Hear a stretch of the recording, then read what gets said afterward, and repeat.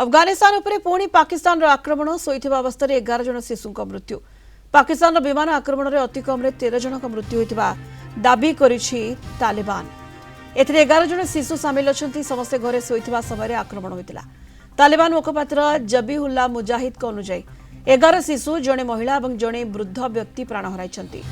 या व्यतीत 14 जन महिला और शिशु आहत होइछंती। अफगानिस्तान तीन पूर्व सीमावर्ती प्रदेश खोस्त, कुन्नार एवं पाख्तिका आवासिक अंचल को टार्गेट करी पाकिस्तान विमान बोमामाड़ करथिला।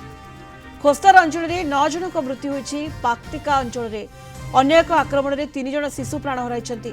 तालिबान प्रशासन यह कार्यानुष्ठान को दृढ़ निंदा करिछि। पाकिस्तान अफगानिस्तान आकाश सीमा उल्लंघन करी शोइथिबा निरीह नागरिकों को निशाना करिछि बोली तालिबान प्रशासन कहिछि। टीटीपी को नहीं दुई देश मध्य उत्तेजना लागि रहिछि।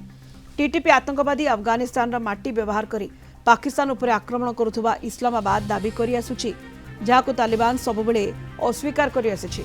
ए विवाद जोगु दुई देशर सीमारे उत्तेजना क्रमागत भाव में बढ़िबार लागिछि।